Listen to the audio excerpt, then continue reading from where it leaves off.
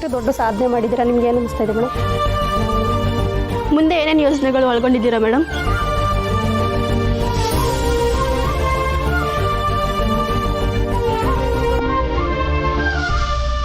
Wait ಇರಿ, ಸಮಾಧಾನ. ಈ ಪ್ರೆಸ್ಸು, ಮೀಡಿಯಾ, ಕ್ಯಾಮ್ರಾ ಇದೆಲ್ಲ ನಮ್ಗೆ ತುಂಬ ಹೊಸದು. ಅವ್ವ ಹೆದರ್ಕೊಂಡು ಬಿಟ್ಟಿರ್ತಾಳೆ. ಅವ್ವ ಮುಂದೆ ಬಾ. ಶ್ರೀ, ನೀವು ಬನ್ನಿ.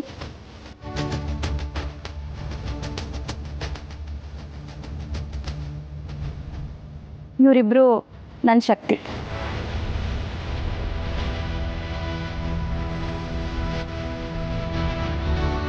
ಇವರಲ್ಲದೆ ನಮ್ಮ ಅತ್ತೆ ಬಂಗಾರಮ್ಮ ಅವರು. ನನಗಿಂತ ಹೆಚ್ಚಾಗಿ ನಾನು DC ಆಗಬೇಕು ಅನ್ನೋ ಕನಸು ಇವರೇ ಕಂಡಿರೋದು.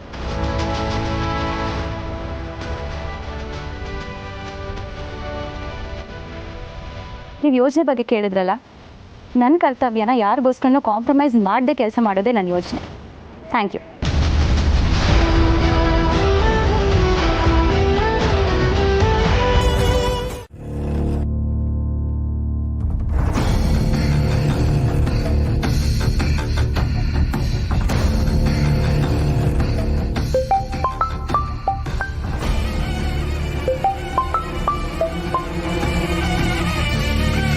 ಹಲೋ, ಹಾಂ ಹೇಳ್ದವರೆ, ಎಲ್ಲಿದ್ದೇವಾ? ಒಸಿ ಕೆಲಸಕ್ಕೆ ಅಂತ ಆಚೆ ಬಂದಿದೆ ಮಗ. ಯೋನಿಸಿಯಾ ಏನು ಹೇಳುನಾ? ಅವ ನಿನ್ನ ಸೊಸೆ DC ಆಗಿ ಬಂದವ್ರೆ. ನೀನು ಬತ್ತಿ ಅಂತ ಇಟ್ಟೊತ್ತು ಕಾಯ್ತಿದ್ವಿ. ಸರಿ ಬಿಡು, ಈಗ ಎಲ್ಲರೂ ಕಚೇರಿದೆ ಹೋಯ್ತಿದ್ದೀವಿ, ನೀನು ಸೀದಾ ಅಲ್ಲಿಗೆ ಬಂದ್ಬಿಡು. ಸರಿ ಅವ, ಬಿರ್ನೆ ಬಾ. ಹಾಂ ಹಾಂ, ಬರ್ತೀನಿ ಮಗ.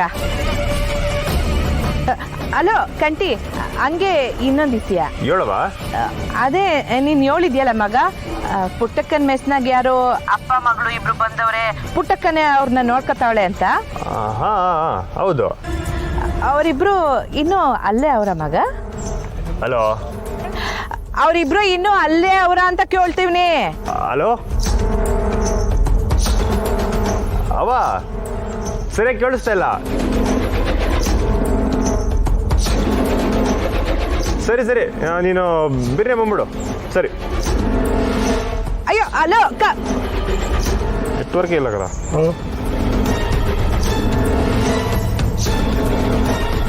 ಮುಗಿಸಿ ಊರಿನ ಕರ್ಕೊಂಡು ಕಚೇರಿ ತಗೋಬಾ. ಸರಿ ಅಣ್ಣ.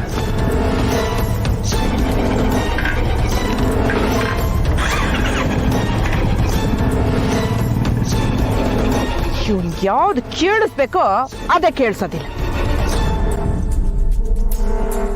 ಇವ್ನು ಬೇಕು ಅಂತಲೇ ಕೇಳಿಸಿದ್ರು ಕೇಳಿಸ್ದೇ ಇರೋ ಹಾಗೆ ನಾಟಕ ಆಡ್ತಿದ್ದಾನ ಹೇಗೆ ಅನ್ನೋದು. ಅವ್ನು ನಾಟಕ ಮಾಡ್ತಿದ್ದಾನೆ ಅಂದರೆ ನಾನಬ್ಬಲ್ಲ. ಅವ್ನ ಹೆಂಡತಿಯ ಬಗ್ಗೆ ಹೇಳೋ, ಒಪ್ಕೋತೀನಿ. ಒಬ್ಬೊಬ್ಬೊಬ್ಬ ಅವಳು ಬಿಡು, ಸಾಮಾನ್ಯದವಳಲ್ಲ. ಏನೀಗ ನಿನ್ನ ಮಗ ಬಾ ಅಂತ ಕರಿತಿದ್ದಾನ? ಆ ಸರ್ಕಾರಿ ಕಚೇರಿಗಳಿಗೆ ಹೋಗಿ ಅವಳು ಭಿಕ್ಷೆ ಬೇಡವ್ರಂಗೆ ನಿಂತ್ಕೊಳ್ಳೋಕ್ಕೆ ನನ್ನ ಕೈಲಿಂದ ಆಗಲ್ಲ.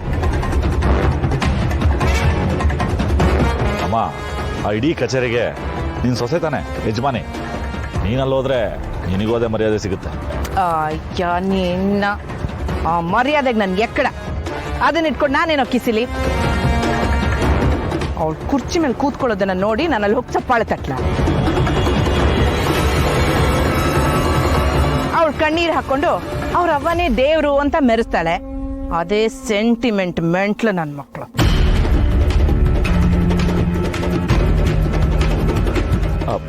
ಅಮ್ಮ, ಆ ಹುಡುಗಿನೋ ಕಚೇರಿಗೆ ಬಂದಿದ್ರೆ?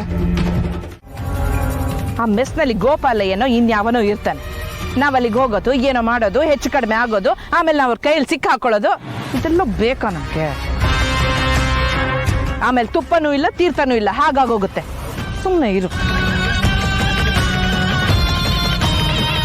ನಾನೇನೋ ತಡ್ಕೋತೀನಿ, ಆದ್ರೆ ದಾಸಪ್ಪ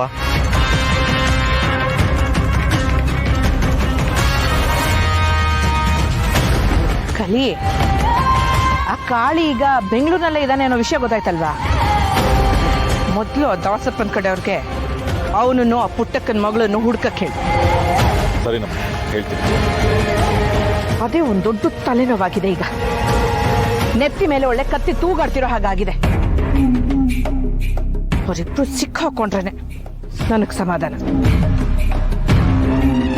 ಫೋನ್ ಮಾಡು. ಏಯ್ ಫೋನ್ ಮಾಡು ಅಂದ್ರೆ ಸುಮ್ಮನೆ ಹಾಗೆ ನಿಂತಿದ್ಯಾ? ಮಾಡು ಫೋನು.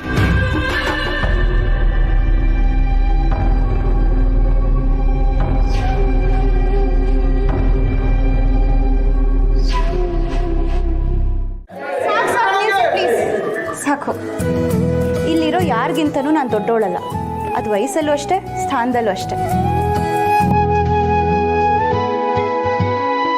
ಎಲ್ಲ ಕೆಲಸ ಸಮ ಅಂತ ನಂಬೋಳು ನಾನು. ಅದಕ್ಕೆ ಪ್ಲೀಸ್ ಜೈಕಾರ ಎಲ್ಲ ಹಾಕಬೇಡಿ.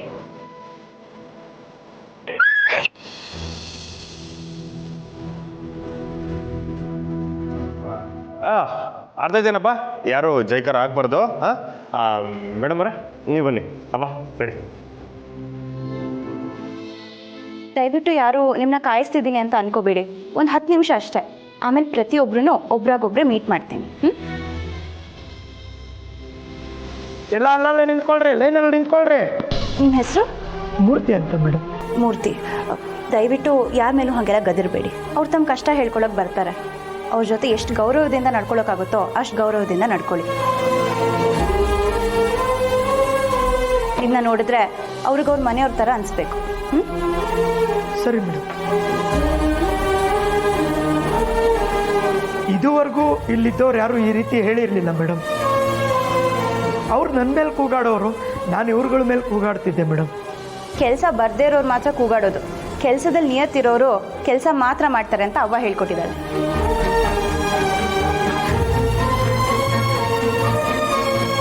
ಬನ್ನಿ.